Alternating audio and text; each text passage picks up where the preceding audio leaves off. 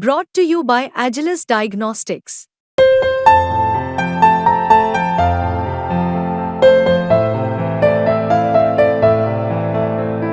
Agilus Diagnostics. नमस्कार, आप देख रहे हैं बिस्तक। मैं हूं रजत देवगन। बाजार की तेजी कायम है आज, हालांकि उतना आसान नहीं था, क्योंकि आज अगर आप क्लोजिंग बेसिस पे देखोगे निफ्टी मात्र एक अंक चढ़कर बंद हुआ है। लेकिन चढ़कर बंद हुआ है इसका मतलब ये कि लगातार 14th कंसेक्यूटिव सेशन निफ्टी ने हरे निशान की क्लोजिंग दिखा दी है, अपने आप में रिकॉर्ड है।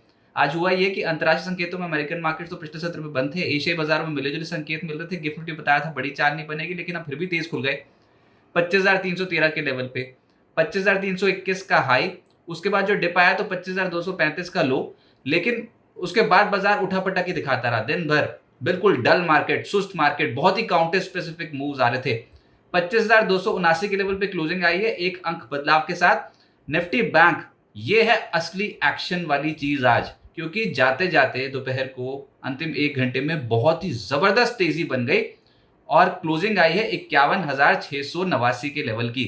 249 अंकों की बढ़त के साथ बैंक निफ्टी बंद हो गया। 51,500 का लेवल पार नहीं कर रहा था बहुत दिनों से। आज 51,500 के लेवल के ऊपर की क्लोजिंग दिखा गया। कल है वीकली एक्सपायरी, तो सारा का सारा जिम्मा अब आ गया निफ्टी बैंक के ऊपर अगली तेजी का। सेंसेक्स 4 अंकों की गिरावट के साथ 82,555 के लेवल पे हुआ है बंद। एडवांसेस है निफ्टी के 21, गिरने वाले हैं 29। ब्रॉडर मार्केट्स में देखोगे तो 1,420 शेयर एनएससी के चढ़े हैं और 1,320 शेयर्स गिरे हैं, यानी कि बराबर बराबर का ही मामला है। लेकिन जो सबसे तेज हुआ वो थी इंश्योरेंस कंपनियां। एसबीआई लाइफ 0.25% आज निफ्टी में तेज। फिर बजाज फिनसर्व, ये तो खैर वन वे ट्रैक पे ही ऊपर है और आज भी 1.5% चढ़ गया। आईसीआईसी बैंक जाते जाते तेज हुआ है, ये स्टॉक 1.25% ऊपर रहा। एचडीएफसी लाइफ 1.25% चढ़ा है और हीरो मोटोकॉर्प 1.25% ऊपर बंद हुआ।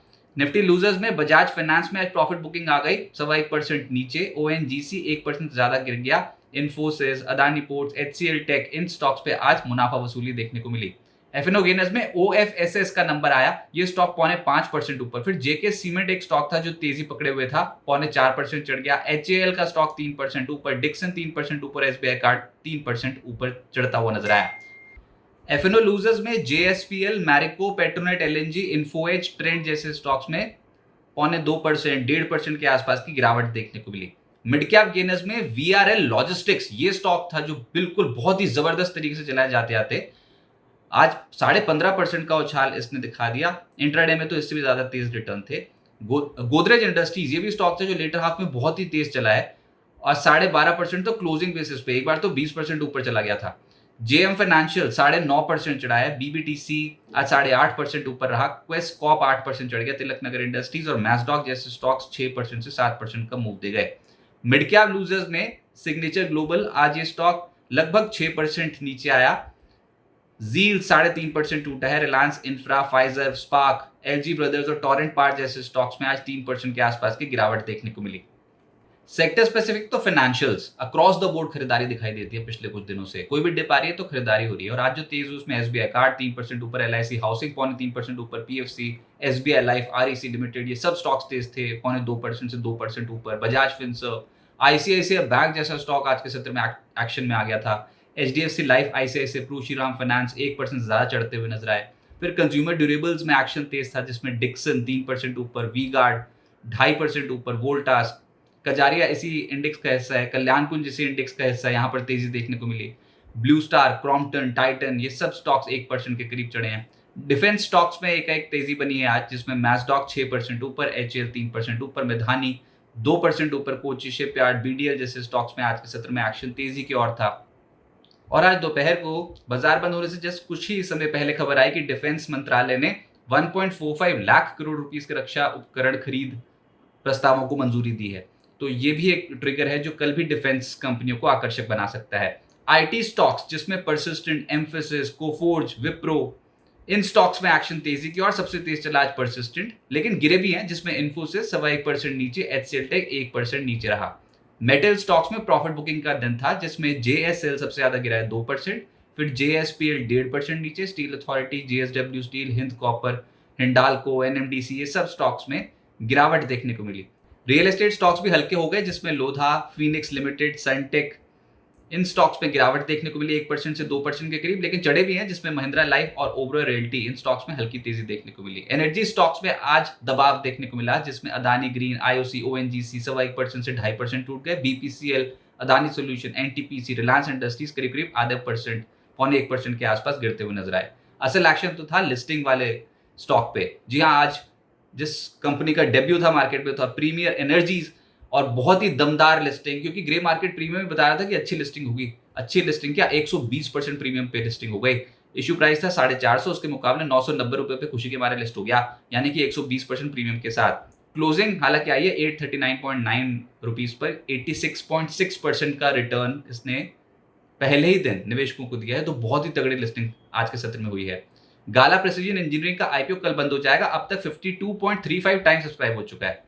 छोटा इशू साइज है ये, 167.93 करोड़ रुपीस का, 503 से 529 रुपए प्रति शेयर का प्राइस बैंड रखा गया है, और पहले ही ओवर सब्सक्राइब्ड ऑलरेडी ये स्टॉक ये इशू हो चुका है।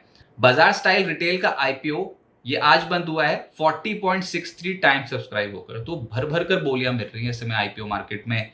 और 370 से 389 रुपीस प्रति शेयर का प्राइस बैंड रखा गया था। जो इशू साइज था वो था 834.68 करोड़ रुपीस। सक्सेसफुली कंपनी ने रकम जो है जुटा ली। हालांकि 148 करोड़ रुपीस का फ्रेश इशू था, बाकी का था ओएफएस, लेकिन जितनी भी रकम चाहिए थी कंपनी को उतनी रकम जो है वो सक्सेसफुली रेज की है मार्केट से, तो सक्सेसफुल रहा ये इशू। अब आगे क्या होगा देखिए, लगातार 14th ट्रेडिंग सेशन ऐसा आज जब निफ्टी ने अपनी पॉजिटिव जर्नी को बरकरार रखा, लगातार वन वे ट्रैक पे ऊपर ही है निफ्टी। हम कह तो रहे हैं कि एक्सटेंशन है, बहुत ज्यादा एक्सटेंडेड मूव है, लेकिन अब है तो है, क्या कर सकते हैं। ये कभी देखा ही नहीं ऐसा मार्केट में, इस बार पहली बार देखने को मिल रहा है। और इसके पीछे एक कारण भी तो है कि यूएस फेड की पॉलिसी आनी है इस मंथ में मिड में, और उससे पहले एकदम से इक्विटी मार्केट में तेजी बढ़ गई है। अच्छा, फिर अगर ऐसी तेजी है तो बहुत ही धुआंधार चाल क्यों नहीं देखने को मिल रही है अक्रॉस द बोर्ड। कहीं ना कहीं डर भी है ऊपरी स्तरों पर, कहीं एकदम से झटका आया तो बहुत बुरी तरह जाएंगे, तो वो डर स्टॉक्स को ड्राइव नहीं कर रहा। एकदम से एकाएक कोई स्टॉक तेज होता है तो फिर वो अगले दिन उतर भी आता है, तो ऐसी मार्केट में प्रॉफिट बुकिंग भी होगी अगर स्टॉक एकदम से तेज हो गए तो। इसमें खुशी मनाने वाली बात है नहीं, ये मार्केट बहुत ज्यादा कॉम्प्लेक्स है, और इसमें करना ये चाहिए कि डिप्स में पोजीशन ऐड करनी चाहिए। अच्छा, फिर अब निफ्टी पे तो समझ में आता है कि एक दायरे में काम काज हो रहा है। जाते जाते आज बैंक निफ्टी कर गया, बैंक निफ्टी की वीकली एक्सपायरी है, और आप देखो चार्ट्स पे एकदम से बैंक निफ्टी पे मूव जाते जाते बहुत पॉजिटिव हो गया था दोपहर को। 51,500 का लेवल टूटता नहीं था, 51,500 के लेवल को तोड़ भी दिया, उसके ऊपर क्लोज भी कर डाला। तो अब देखते हैं कि कल सुबह कैसे खुलते हैं, क्योंकि ये अक्सर बैंक निफ्टी पे शॉर्ट ट्रैपिंग के संकेत होते हैं। मंदी करने वाले फंस जाते हैं बहुत बुरी तरीके से, और आपको पता है बैंक निफ्टी की फितरत, जिस डायरेक्शन में एक बार चल पड़े तो फिर वो उसी डायरेक्शन की तरफ ही हो लेता है बहुत स्पीड से। अब देखते हैं कल सुबह किस तरीके से बिहेव करता है, क्योंकि कल सुबह जो भी होना होगा 1 घंटे में हो जाएगा, उसके बाद फिर ऑप्शन राइटर्स डोमिनेट कर जाएंगे। लेकिन आज के सत्र में क्लोजिंग बहुत ही बढ़िया बैंक निफ्टी ने करके दिखा दी जाते जाते, और कल बैंक निफ्टी की वीकली एक्सपायरी है। निफ्टी बहुत ही अहम स्तर पर पहुंचा हुआ है, अभी 25,360 का एक इंपॉर्टेंट लेवल है जिसको इजीली क्रॉस नहीं कर पा रहा। ये भी समझ में आ रहा है कि कोई बड़ी डिप भी नहीं आ रही। 25,230, 25,190 के आसपास सपोर्ट जोन निकल के आएंगे, तो बाय ऑन डिप्स की रणनीति ही यहाँ पर कारगर साबित होगी। अच्छा, अगर इंडेक्स से कमाई करनी मुश्किल हो जाए तो काउंटर स्पेसिफिक ही मूव्स आप आइडेंटिफाई करने की कोशिश करें, या फिर अगर अच्छी क्वालिटी के स्टॉक्स आप डिप में ऐड करेंगे पोजिशनली, तो वो आपको ज्यादा बेहतर रिटर्न दिला रहे हैं। इनफैक्ट पोजिशनली रखना ऐसे मार्केट में ज्यादा बेहतर है।